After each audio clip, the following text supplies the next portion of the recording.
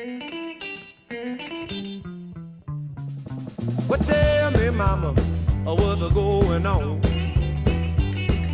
Tell me, darling, what's going on? Welcome back, everybody. The Bacon and Egg Show.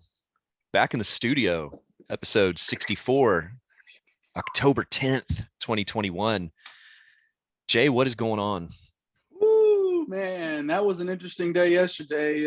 Some results in the state of football, in the state of Texas when it comes to college football that didn't exactly go the way that a Longhorn fan would have liked them to go. But we're here. We're going to talk about everything today. Before we get started, I want to give my cousin Andy a shout out. Happy birthday, Pando man. He's the guy that really got me into Longhorn football. Took me to a game a year when I was growing up and was the reason that I was in the stadium when Ricky broke the rushing record. So shout out to Andy. Happy birthday, man. Hope you're having a good one. And I wish the Horns could have done us both better on our birthday weekends with a better showing, a better result, I guess, last night, man. But how are things with you, Kerry? Man, things are good. That was, otherwise, yeah, I don't know if this yesterday, Saturday could have gone any worse in a football sense for fans of the University of Texas athletic football program. But before we get into the other things that happened outside of the Cotton Bowl, but let's get into what the hell unfolded in Dallas yesterday. I mean, before we start getting into the game, let's just kind of reset where we were heading into this game and how we felt about this program. You know, even going back to our preview show, I believe it was a clean sweep across the board. All three of us picked Texas to lose this game going into this season. And we're at the halfway point now. And we've kind of seen where maybe things haven't quite played out the way that we exactly predicted. You know, I think we all said this team would go up to Arkansas and win a game against a less, team with less talent and all that kind of stuff, and that they'd smoke Arkansas. And that didn't happen.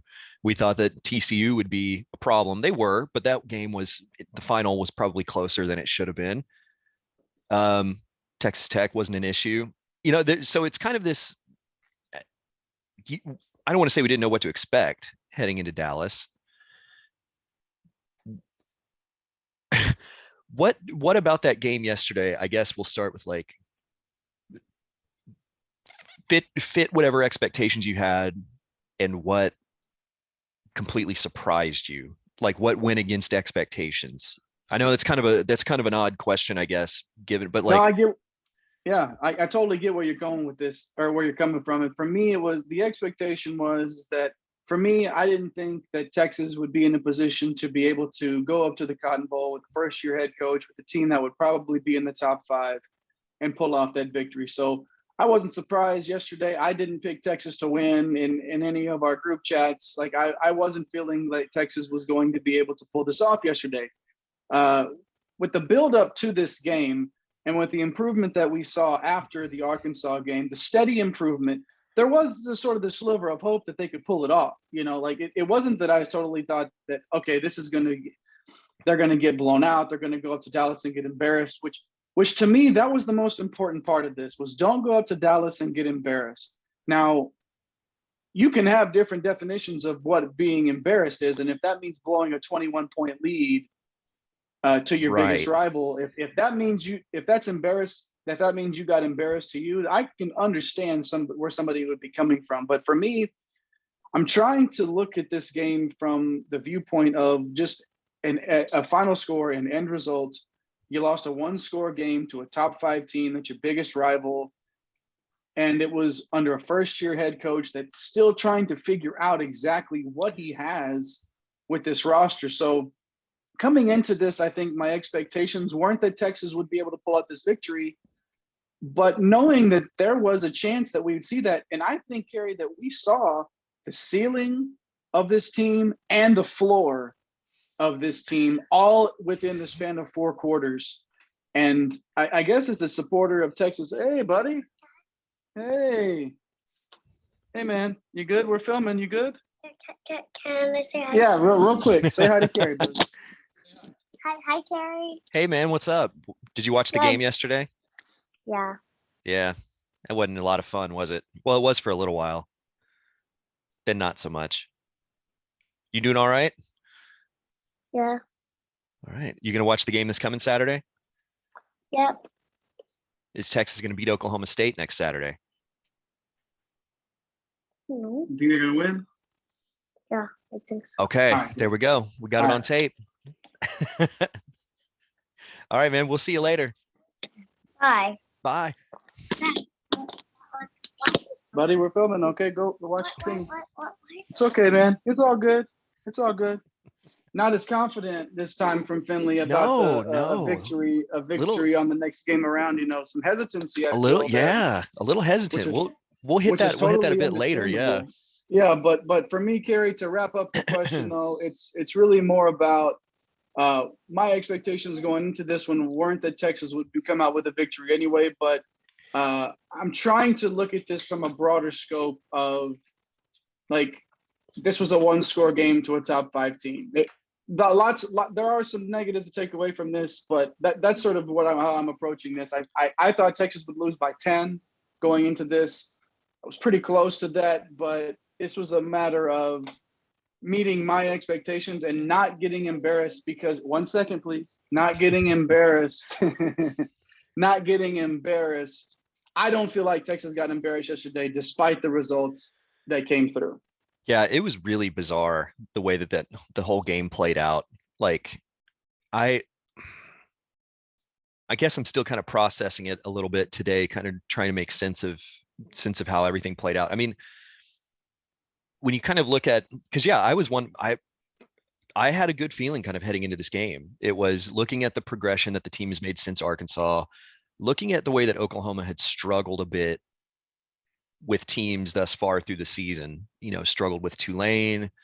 They just didn't look, but that's kind of what Oklahoma's been doing over these years, right? Then they get to Dallas, they pull out a win in Dallas, and it seems like that's where their season just takes off and they go win another Big 12 championship. But like, I mean, yeah, when you start looking at everything side by side, as disappointing as yesterday was, first year head coach, there's some talent on offense, clearly.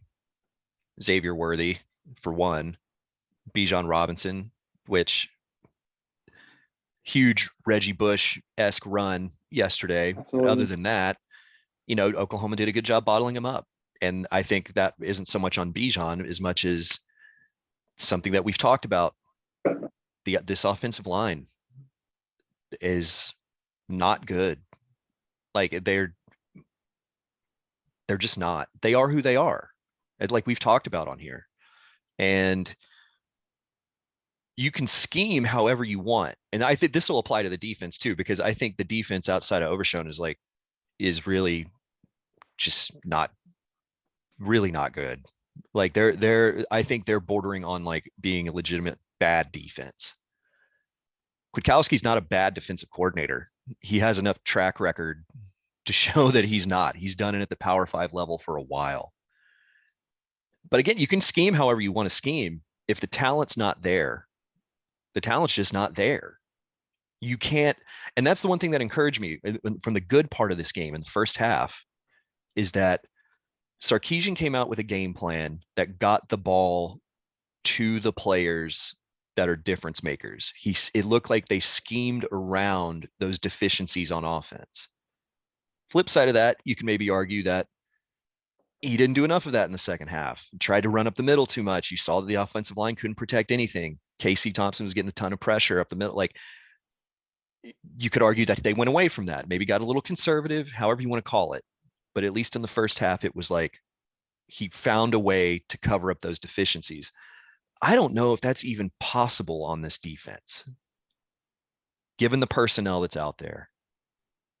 And when you bundle all that up, you think about the talent deficiency compared to Oklahoma, an established coaching staff at Oklahoma. Spencer Rattler was not good. 5-star quarterback. You bring him out, bring in another 5-star quarterback. And hey, I mean, he was good. What can you say about him? I mean, he couple jump passes that went up there went against Texas and all those things. I mean, but that's the way the ball bounces sometimes. But like, I'm sure that caught the Texas defensive staff off balance a little bit as well. You game plan for Spencer Rattler this entire time, and then that completely goes out the window when a different quarterback that does have a different style of play comes in. But when you bundle all that up together, Oklahoma's depth, the talent difference, the established coaching staff there, and an established system, an established culture, an established way of doing things, a plug and play type situation at OU, compared with Texas, which is, like you mentioned, first year head coach, talent disparity is there. And I don't, whatever Tom Herman's recruiting rankings, all those kinds of things, this team, there's just a severe lack of talent in a lot of areas. Then when you look at it like that, I go, okay, well, why was I feeling like Texas had a chance? Like, why was I feeling like Texas could come out with a win in this game when you break it down that way? And there were, like you said, there were flashes. You could see with the ceiling, but you also see the floor. And I think that's a perfect way to describe how yesterday went. I mean, the crazy part is like if Xavier Worthy, and I don't want to put this on him because he just had, I mean, one of probably I got to see where this thing ranks. One of the best receiving days in school history had to have been. If he doesn't fumble that kickoff, I mean, Texas still might have come out of this game with a win. I think to me that was when that's when it was over. But that's what it came down to. I mean, and it was a gut punch loss. And I saw people on social media making comparisons about like, this was worse than the Crabtree game. No, it wasn't. Mm-mm. No, it wasn't. Not close to me. When you look at where the program was at that point, and I think we kind of talked about like, the most painful Oklahoma loss in however many years. And I mentioned like the Chris Sims, the Roy Williams, hit 6 game, wherever that gut punch there. Those felt different because it felt like there was a window for Texas to win a national championship, to compete for a national championship. And those windows don't stay open long. And when things like that happen within that window, the Chris Sims play, the Crabtree catch, like those are so gutting because you feel like you might not ever get to that point and be in that place for a long time again. Where Texas right now is trying to get back to that place. Texas didn't come into this game ranked top 5. This wasn't a like Texas has to win this game to win the Big 12 to get to the playoff. All those things are facts about winning football games. But the programs are in different places. And for me, that's why like my reaction was not the same as it was for those games that we previously mentioned. And like, it's just in a different place. I don't know. You want to beat Oklahoma every time you play them, but it's just, I don't know. It feels different. And Kerry, that might be why I'm not reacting to this loss. Like, is it a big deal? Was it a horrible loss? What is it? Yeah. Gut punch is a great way to put it. Absolutely. But I didn't have these expectations coming into the season that this was the year that Texas was going to make a run at this. No. This is what we get caught up in as football fans or fans of anything. When a team shows you signs of life and shows you that they can compete at a high level, and then we tend to gravitate towards the fact in our minds, like, well, this team can compete at that, so they should be every single week. And then, so that's the expectation. And for me, it's like this football program at this point has no business talking about contending for anything. Like, we see the way that Steve Sarkisian has come in, and scheme does matter, by the way. And I'm glad you brought that up. It does matter. The offensive scheme, especially in the first half, like you pointed out, you're not going to see a much better called first half of offensive football across the country than what we saw yesterday out of Steve Sarkisian. Did he dial it back for some reason in the second half? I would like to know what the thought process was in the second half a little bit. Sure. I But do again, wonder on like, that note, real quick, I do wonder how much of Thompson's health played into that. absolutely. I And do not wonder wanting to about put that. Hudson Card into the game and totally lose that guy for the rest of his career because he goes into an environment in Dallas and absolutely lays an egg because he's not ready. Hudson Card showed us that he's not ready. He wasn't ready to be the starter at the start of the season. All of the reasons that Casey Thompson is the starter right now were the reasons that I thought he should have been the guy, and I called for him to be the starter coming out of camp. And we're seeing that the guy's a gamer. He has this locker room. He's a leader. This team wants to play for him. And absolutely, he was banged up. His thumb was banged up. He's got a stinger. Like, the kid is beaten up. He took a beating yesterday and played the whole time. And those all guys of that is wanted to true. rally. Yeah, and all of that is true. But then even then, there's still a talent disparity.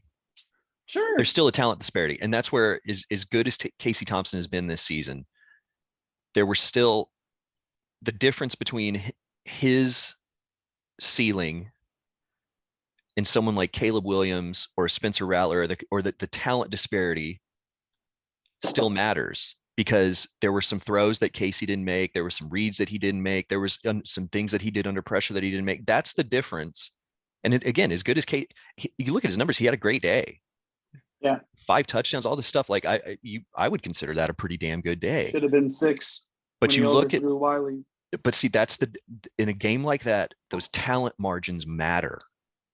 And that's where you've got someone, you got a banged up Casey Thompson. You don't have a Caleb Williams on the bench that you can go to. That's where the depth matters. The talent matters because there's some, like we mentioned, Casey Thompson missed some throws, missed some things. I think, what was it, that third down? He just missed Whittington on like that crossing route. The crossing route, yeah. Like, those things matter. 5-star quarterbacks are supposed to nail those things all the time. And but that goes to our point about like just the talent disparity right now in between the two programs. Yeah. Well, it's a talent disparity issue and a development issue. Of course. Yeah. And this last coaching staff, the last 2 coaching staffs that were there, did such a piss poor job of developing players and putting them into the positions to find out what their strengths were and to utilize those strengths, that these guys still don't know how to win. They still don't know how to do this. They don't know how to finish games. It's going to take longer than 5 or 6 games of a new coaching staff to establish a winning culture on this campus. And that's what it's going to take, man. It's just going to take more than 6 games for this team to learn how to do this properly. They're not there yet. These guys are not at that level yet. Are they talented? Yes. Are they, do they have the ability? No more candy, sir. Put that back. Do they have the ability to pull this stuff off? I think they do. But the point is these guys still don't know how to win. And it's obvious. They don't know how to finish games yet. They don't feel confident in themselves to get to that point to where, okay, we do belong here. We do belong on the field with Oklahoma. We belong on the field with the best teams in the country. They're not there yet. It's going to take more than 6 games to do that. And to me, they're still establishing this culture. They're still figuring out how to teach these guys how to win. None of these players on this campus know how to win at the level that needs to happen to win Big 12 championships and to contend for national championships. That's long gone. That ship has sailed. Sarkisian and his staff are trying to find a way to get back there right now. And again, we saw the peaks yesterday and we saw the valleys.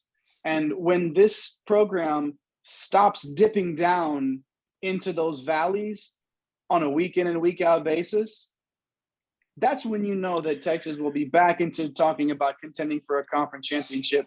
They're not there yet. It's pretty obvious to me that they're not there yet. And the thing moving forward will be to make sure that, okay, how do you finish these games moving forward? How do you finish a game against an Oklahoma State team that, is wanting to, every single time that they play against you, is wanting to come and put it on you. Texas is every team's Super Bowl. This is still the case, even though Texas hasn't been playing to that level. Texas is still everybody's Super Bowl. All of these teams get up to play Texas. Are you going to get up to play against lesser competition? Are you going to get up to play against teams that you should handle in the Big 12? And that, to me, is going to tell the tale of the rest of this season. I'm still thinking, before the season, I thought this was an 8-4 football program. I'm still not off of that. I still think that there's probably 2 more losses in this team this season. But how do they respond to this next week? And how do they finish out some of these games moving forward the rest of the season will tell me how to feel going into year 2 under this coaching staff. Yeah. And that's where this is a perfect segue for what I wanted to get to here about moving forward. Halfway through the season, the 2 losses that this team has taken are 2 teams that are pretty good. Arkansas is better than we thought they were going to be coming into this season. I know they lost yesterday. They went toe to toe with Ole Miss in a shootout.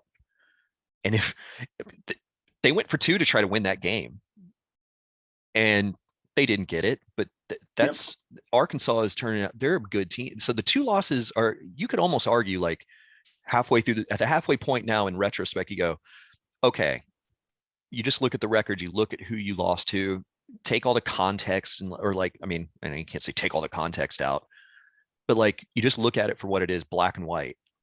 And they lost to 2 ranked teams, and one of those was with a green, redshirt freshman quarterback going into Fayetteville that probably shouldn't have been starting that game.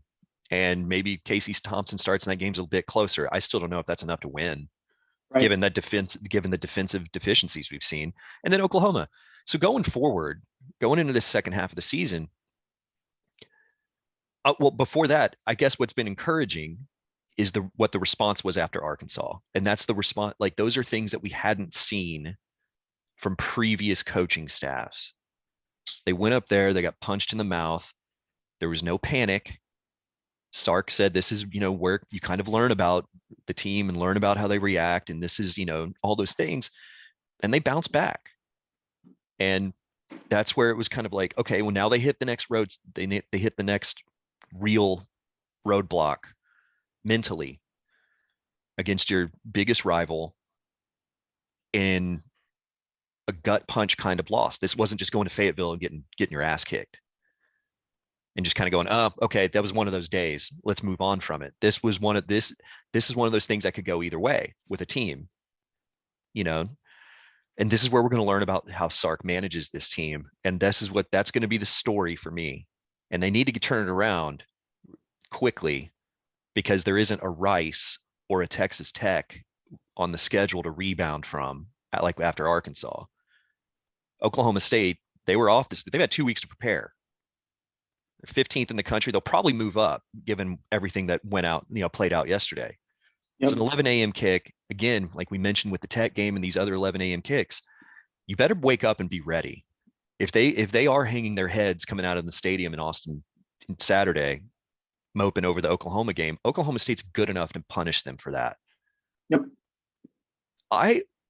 Given what I've seen from Sark so far, I actually feel decent about Texas going into this game.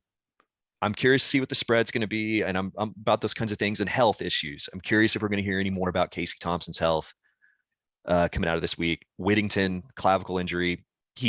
I'm not counting on him being around again the rest of the season, regardless of how severe it may or may not be. That's just who he is at this point. We've been fortunate to get what we've had out of Whittington so far. Him and Troy O'Meara are in the same club for me at this point in terms of whatever you get from him, you get from him. Yep. But so I think the Oklahoma State game, I think Texas, I think given what we've seen from Sark, they'll bounce back, and I think this will be a good game, and I think Texas could get the win. They're at home. They played well at home. The next 2 games for me is where this can go. Baylor's a better team than we were thinking going into this season. Yeah. And given what Caleb Williams did yesterday and what Oklahoma did, Bohannon and this Baylor offense, that game in Waco could really spell trouble for this Texas team. And I can't believe I'm saying that after how Baylor's been the last couple of years, you know, especially after Matt Rule left, and it's like, Dave Aranda, but like, and then it's God, after that, it's a trip to, lose my mind here, Iowa State. Those are the two, though, for me, I think Texas gets it done against Oklahoma State to start off this second half of the season. But those are the two games for me where I think you're 8-4. I think that's probably about where I am thinking about this going forward. But if they don't respond quickly and if they don't get their heads right, the difference at the end of the season, the feeling of a 9-3 or 8-4 versus another 7-5 feels quite different to me. I mean, I don't think this is going to happen. It's not beyond the realm of possibility that Texas loses two of the next three. There's still a matchup with K-State that looms later in the season, a trip to Morgantown. Texas loses two of these next three. This thing could get really interesting. Well, and the thing about that is they could very easily finish 8-4, but they could also, I feel like they could also run the table. And that's the range of sort of outcomes that I think are still within the realm of possibility for this exactly club, is that if we're sitting here at the end of the season and we're talking about a 10-2 football team that lost to an Oklahoma team and a really good Arkansas team, it's like, well, these losses won't sit as poorly, even though you look back and you say, man, if Casey starts the Arkansas game, what might have happened? And if you don't blow the biggest lead, and you don't blow the biggest lead that you've ever blown in the history of your program against Oklahoma, what might have happened? There's a lot of what ifs, and there are what ifs that come with every the season. First year head coach, For every team every year. There's a ton of what ifs. Again, and you talked about the Crabtree game earlier. What if that catch doesn't happen? What if Blake Gideon makes the interception? There's a lot of what ifs throughout any program's history, throughout any one season. What if Greg Davis doesn't call a quarterback draw against Alabama in the first quarter? That's a big what if right there. But again, like, how do you bounce back from this? That's why I do feel good about Texas going against Oklahoma State next week, despite them being on paper maybe a better team in terms of what you've seen with results, not necessarily in terms of lineup across the field talent, but what you've seen on paper, on game film from Oklahoma State says they're a good football team. I'm not as concerned about Oklahoma State as I was about the Oklahoma game, because I do feel like now Steve Sarkisian is not a coach that is going to let one loss beat them twice. And that is what I'm looking for out of this coaching staff, is not letting that team come out with their daubers down at 11 a.m. on a next Saturday against a good Oklahoma State team and coming out ready to play. They were ready to play against Oklahoma. They've been ready to play outside of Arkansas. I mean, you can even maybe even argue that they were fairly ready to play against Arkansas, because what was that? That was only what was the score at half, 10-0 or something? I mean, they put up they just got worn out and bogged down against Arkansas. They just got crushed against a very physical team. They just got out physical, if you want to call it that. Yeah, exactly. So, that's why I'm not pushing the panic button here. Was that ugly yesterday? Was that a gut punch yesterday? Yeah, you're damn right it was. Do I feel like jumping off the train right now? Do I feel like that this is indicative of what we're going to get out of a Steve Sarkisian coached football team? I don't. And I feel fine coming out of yesterday. Again, I didn't feel like Texas was going to win that game going in. I felt like, they go up 28-7 and, they score 2 touchdowns in the first minute and 20 or whatever it was, and block a punt. And it's like, oh, we're cooking with grease now, baby, all gas. And then, then there's a little bit of reality that hits in terms of these players not understanding what it's like to finish a big game.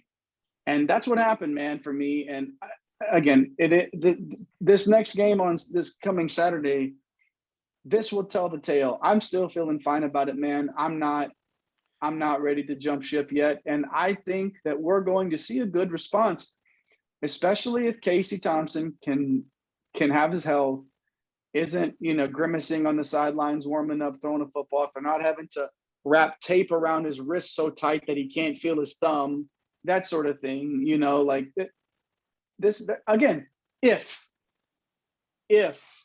all Yeah, of these things roll out the way that they should. And the thing is they better get Hudson Card's head where it needs to be, because they're going to need him at some point this season. With the way that this offensive line is played, we haven't even really talked a lot about how piss poor this defensive line was yesterday, especially getting pushed around. You know, Jet Bush, I'm sure he's a nice young man, but Jet Bush coming off the edge, he doesn't need to see the field.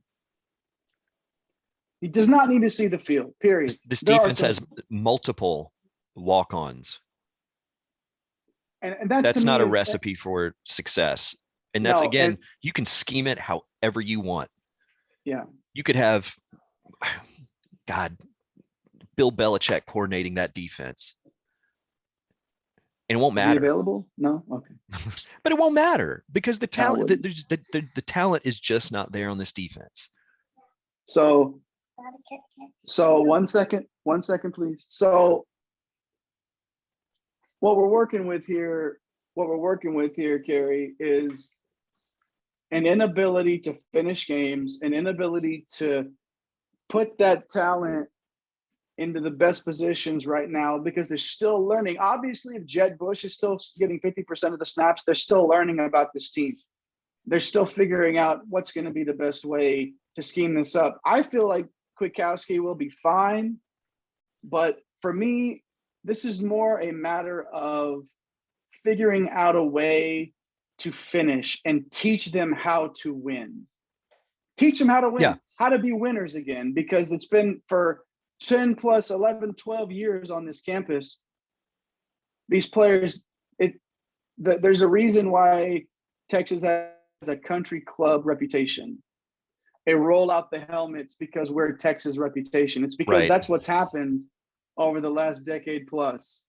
And this coaching staff, I do feel like, is going to be the one to get this team out of that cycle and over that hump. It's just not there yet. So I'm asking Texas fans to please have a little bit of patience, watch this team develop, see the way that, you're going to start to see guys show up as the season progresses that weren't showing up previously. I feel like you're going to see it. We're going to see some stars come out. We're going to see some guys develop. And I'm asking for some patience here, because I do feel like that this program is headed on the right path. Yeah, I agree. I think, I do think they're going to be ready to go for Oklahoma State.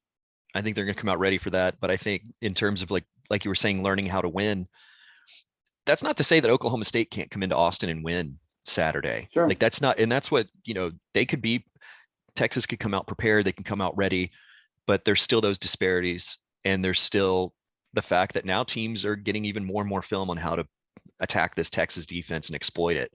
So that's not to say that Texas can't come out and compete and make this a close game. They can still lose this game. Bingo.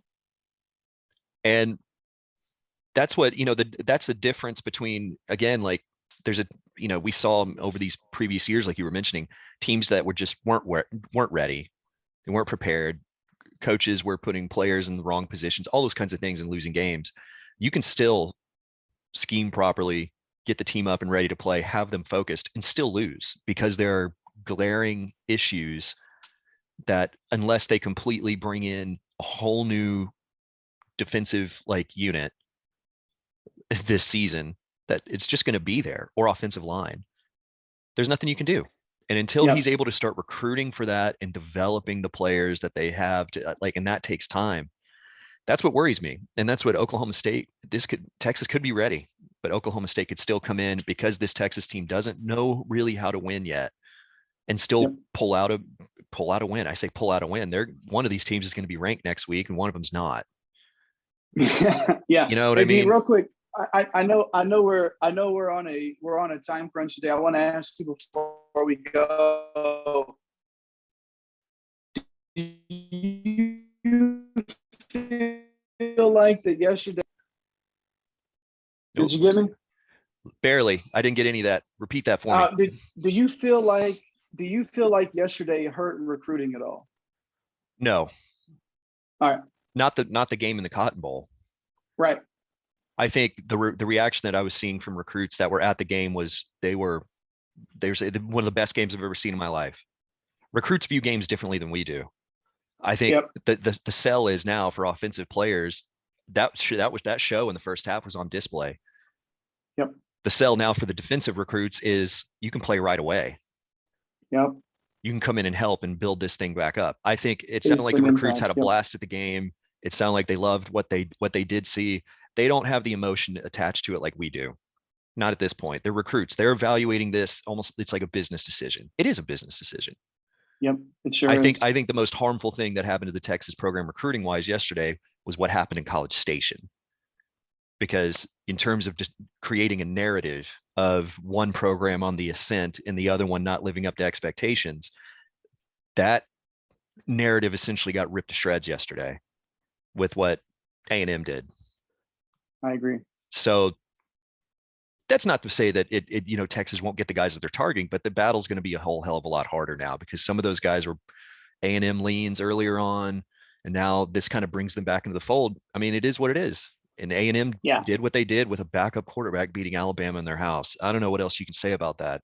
Talk about scheming and putting your players into positions that they need to be put in, because that was honestly, watching that game yesterday, I was sitting there and thinking like, damn, like this is the blueprint.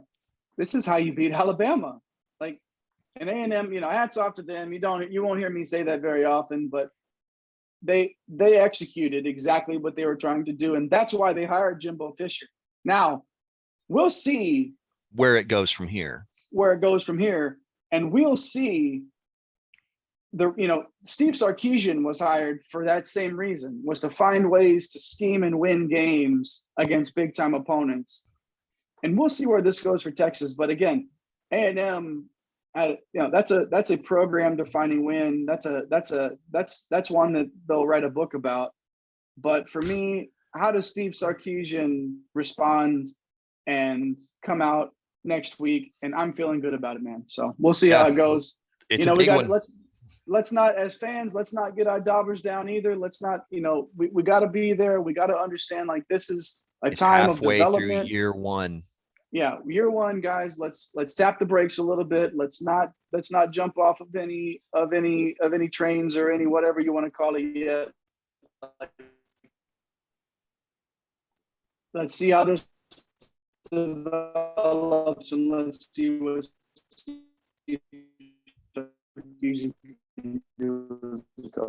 Oh, I'm losing you a little bit. Zoom is not agreeing with what you're saying, apparently. Oh, all right, all I'm saying, you got me now? There we go. Now we're good. Hey, all I'm saying is, guys, is just it's year one. Sarkisian is that guy you hired to develop this program and turn them into winners again. Let's see how it goes.